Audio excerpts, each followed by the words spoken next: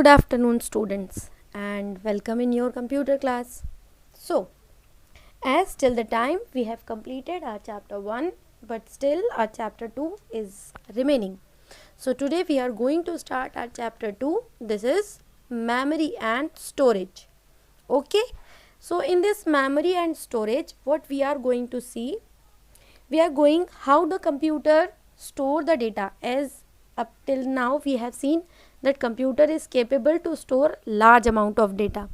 So how is it possible, right? And how computer is stored these kind of data, that we are going to see today. So let's begin our chapter. So here you can see brain memory versus computer memory. Actually what God has given us a very beautiful gift, that is our brain, isn't it? Because in our brain we can think, right? We can take the decision. On the other hand, computer is also having brain, like CPU, we called it a brain, but computer cannot think. But still there is a thing that we are having a brain which can think, but we have a tendency to forget the things.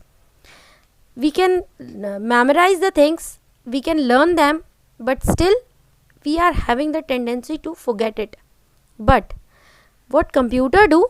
Computer has the brain, means it's memory, but it stores information like our brain, but it can never forget it.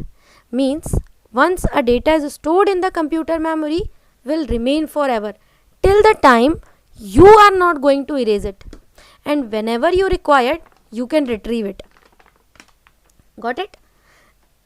In our brain we have different parts, like there is a memory part for taste, memory part for smell, then hearing, then touch, and then vision.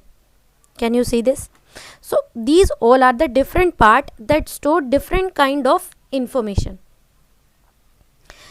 And in our brain we have two parts, means one part that can store the information, or we can memorize it for long term or short term, right? Like smell, like taste. Once a kid will understand the taste of the sweetness, will remain forever. वो sweetness का taste कभी नहीं भूलेगा, है ना? Same if he is able to identify a sound of bell, तो वो bell का sound हमेशा identify रहेगा, कभी नहीं भूलेगा. तो कुछ memories होती हैं जो permanent है. We can store some kind of memory which are permanent, for what our brain is trained. But some types of memory which we forget certainly, like the conversation.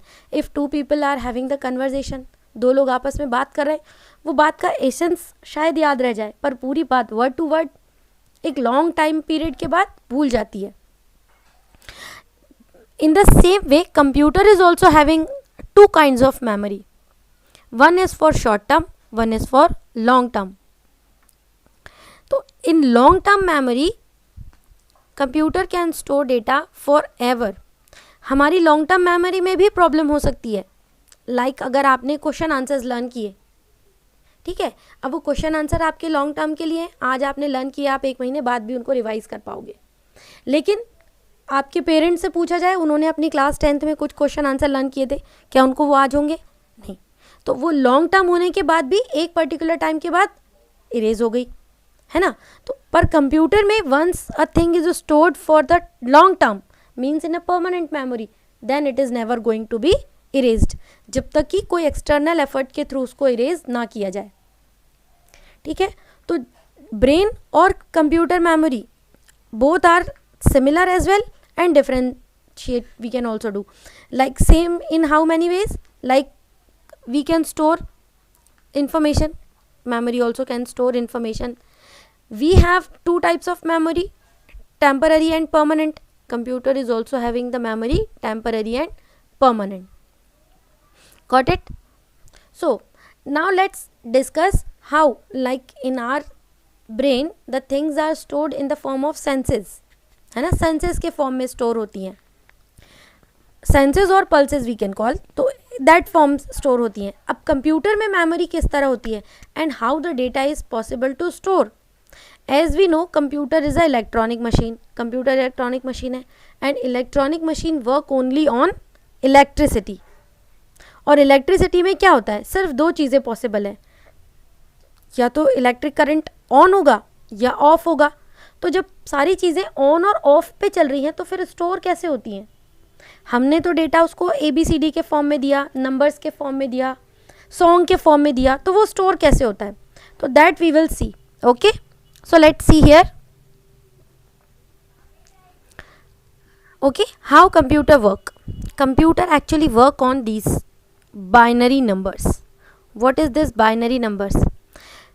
Right, whatever the data, as I just told you कि हम जो data computer को देते हैं वो होता है numbers के फॉर्म में, अल्फ़ाबेट्स के फॉर्म में, सॉन्ग्स के फॉर्म में, anything means are data. That data is convert into this binary numbers. तो बाइनरी नंबर्स क्या हैं, बाइनरी नंबर्स हैं these device, these you digit 0 and 1. जो बाइनरी नंबर है उसमें केवल 2 डिजिट होती हैं, 0 and 1. तो क्वेश्चन आता है कि ये 2 ही क्यों है, why only 2 are there, 0 and 1. Because as I told you electric current have only 2 things, on और off. 2 things are possible, same here. तो 1 जो है वो ऑन पोजिशन के लिए है और ऑफ के लिए 0 है. जब इलेक्ट्रिक पल्स ऑन होती है तो 1 होता है, जब ऑफ होती है तो 0 होता है. अब हम ऑन और ऑफ की लैंग्वेज तो समझ नहीं सकते, तो हमने उसको सिंबलाइज कर लिया किससे, 0 और 1 से. जब लैंग्वेज डेवलप की गई तो उस ऑन और ऑफ पोजीशन को या इलेक्ट्रिक सर्किट को समझने के लिए उनको सिंबलाइज कर दिया गया 0 और 1 के फॉर्म में. तो अब हमारे पास जो बाइनरी डिजिट्स हैं वो केवल 2 हैं, 0 and 1. And computer all certain data, मतलब आप जितने भी तरह का इंफॉर्मेशन कंप्यूटर को देते हो, जो भी डेटा देते हैं वो सब सिर्फ और सिर्फ इन 2 यूनिट या इन 2 डिजिट के बेसिस पर स्टोर होता है. जैसे अब आप यहाँ देखो हमारे डेसिमल सिस्टम में क्या होता है, नंबर्स होते हैं 0 to 9, है ना. तो जो ओरिजिनल 0 है वो बाइनरी में भी 0 है, जो 1 है वो 1 है. लेकिन अगर आपके पास एक नंबर है 2, आपने टाइप किया कीबोर्ड से 2, तो कंप्यूटर की मेमोरी में जाके वो स्टोर होगा 1 0 के फॉर्म में, 10 कन्वर्ट हो जाएगा.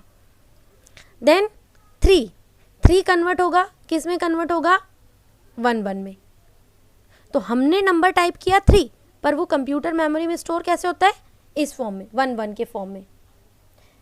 Did you get that. तो इसका मतलब ये हुआ कि whatever data we are giving, whether it is text ABCD, whether it is numbers, whether it is are messages, whether it is are net service और are pictures और text, whatever is certain data, everything is going to be convert in this 0 and 1's form. हमने जो भी data दिया वो data convert होता है 0 and 1 में, and then it stored in the computer memory. ठीक है. और ये कन्वर्ट कैसे होता है, जो नंबर्स या जो टेक्स्ट होते हैं, जितने भी सिंबल्स हैं, हम कितने सिंबल जानते हैं, A to Z 26, 0 to 9 10, 36 हो गए. अब हमारे लिए capital A small a same है, A फॉर एप्पल, चाहे कैपिटल लिखो चाहे स्मॉल लिखो. बट कंप्यूटर के लिए capital A is a different thing, small a is a different thing. तो 26 और 26 52, देन 10, कितने हो गए हमारे पास, we have near about 64 digits, right. 62 हो गए हमारे. अब उस 62 कैरेक्टर्स के अलावा हमारे पास प्लस माइनस कुछ और सिंबल, सपोज हम 80 कैरेक्टर्स मान लेते हैं कि हमको कितने सिंबल्स की नॉलेज है, 80 90, right. But computer in your keyboard और in your input devices there are near about 256 symbols are stored. और ये जो सिंबल्स स्टोर्ड होते हैं, हम ABCD को भी सिंबल ही मान रहे हैं फिलहाल. तो ये जो सिंबल्स स्टोर होते हैं, हर पर्टिकुलर सिंबल के लिए एक कोड होता है, मीन्स एक डेसिमल नंबर होता है. वो डेसिमल नंबर कन्वर्ट किया जाता है डिवीजन मेथड से 0 और 1 में. जैसे अगर A है तो A का code, suppose it is not fix, that but A का कोड सपोज कि 32 है, तो वो 32 डिवाइड होगा 2 से और फिर उस मेथड से वो कन्वर्ट होगा. कन्वर्जेशन की method I will tell you later on कि how we are converting it. But for overall और एक वर्चुअल कंसेप्ट में आप ये समझ लो कि आप जो भी नंबर डेटा स्टोर करते हो वो नंबर या जो कैरेक्टर होता है उसका एक ASCII कोड होता है, वो कोड जनरेट होता है और कोड फिर कन्वर्ट होता है 0 और 1 में and then it's stored in computers memory और उसी फॉर्म में वो प्रोसेसिंग के लिए जाता है, उसी फॉर्म में उसका रिजल्ट आता है. जब रिजल्ट हमको मॉनिटर पर दिखाई देता है तो फिर रिवर्स प्रोसेस होती है, डेसिमल से वो वापस हमारी लैंग्वेज में कन्वर्ट होता है and then we are able to see it on our screen. Okay, so that is how this computer work. तो जो बाइनरी नंबर्स हैं या जो कैपेसिटी होती है, स्टोरेज कैपेसिटी कंप्यूटर की, उसका हमारे पास चार्ट है. तो लेट्स सी दैट चार्ट. मतलब आपने पढ़ा होगा ना कि हमारे पास पेन ड्राइव है 2 GB की, आपका सेल फोन है 64 GB का. तो what is that? That is the capacity to store data. जैसे एक बॉटल है तो बॉटल की कैपेसिटी होती है, हम लीटर में मेजर करते हैं कि भाई ये बॉटल है, इसमें हम 2 लीटर पानी स्टोर कर सकते हैं. तो ऐसे ही जो कंप्यूटर की मेमोरी है उसमें आप कितनी इन्फॉर्मेशन स्टोर कर सकते हो, तो वो इन्फॉर्मेशन को मेजर करने के लिए बाइट्स या बिट्स होते हैं. ठीक है, तो वो होती है कंप्यूटर मेमोरी की कैपेसिटी. तो उस कैपेसिटी को मेजर करने के लिए जो यूनिट हमको चाहिए, जैसे लिक्विड की यूनिट है लीटर, वेट की यूनिट है किलोग्राम्स, तो ऐसे ही मेमोरी की जो यूनिट है वो है bits and bytes.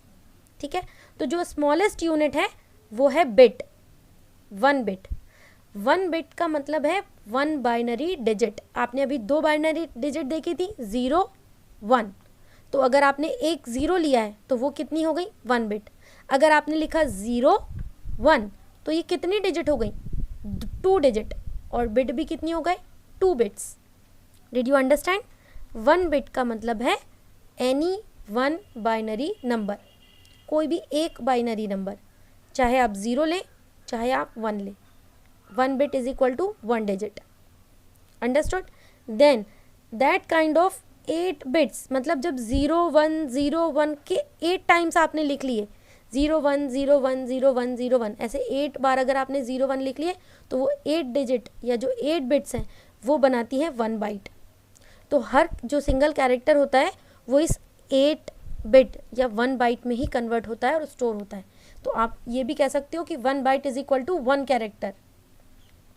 Understood? 1 bit means 1 single binary digit.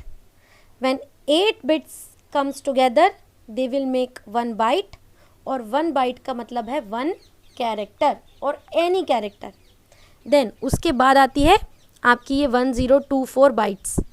तो 1024 byte जब मिलेंगे तब बनेगा 1 किलोबाइट. अब ये 1024 चेंज होते जाते हैं, मतलब सेम नंबर्स हैं, kilobyte, then it will make 1 megabyte, 1 MB. 1024 megabyte will make 1 GB. 1024 GB will make 1 TB.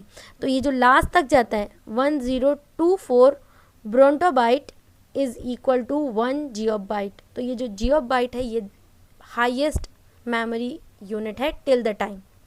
आगे और भी एनहेंस हो सकती है, nobody knows, but till the time 1 geopbyte, ये GB नहीं है, ठीक है, GB है बट इसको हम जियोबाइट कहते हैं. GB इज gigabyte and this geobyte. Okay, so this 1 GB is a highest memory device. Okay, then now after looking how the data is stored, now one thing I want to remind you that computer memory, as I told you in the first slide, that computer memory also can be divided into 2 part, temporary और permanent, है ना. तो instead of calling it temporary or permanent, we are going to call it computer memory can be divided into 2 part, primary memory and secondary memory. ठीक है, अब इस primary memory को हम डिवाइड कर सकते हैं 2 पार्ट्स में, RAM एंड ROM. और जो सेकेंडरी मेमोरी है उसके बहुत सारी डिवाइसेस होती हैं सेकेंडरी मेमोरी की, जैसे floppy disk, hard disk, CD, DVD, pen drive.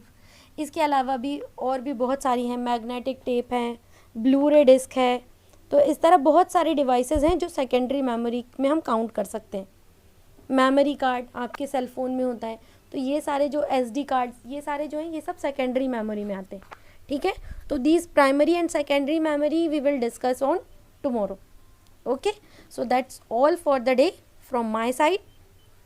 I wish you have understood the concept of bits and bytes and the memory system of computer, right? So the rest of the thing means both the types, primary and secondary, and all its devices we are going to discuss in detail on tomorrow, and I will also explain you how to convert decimal to binary, though it is not given in your chapter, but I will explain you how you can convert a character or a number into binary numbers. Okay, so wait till tomorrow. That's all from my side for the day. Have a nice day, stay blessed, stay happy, bye bye, take care.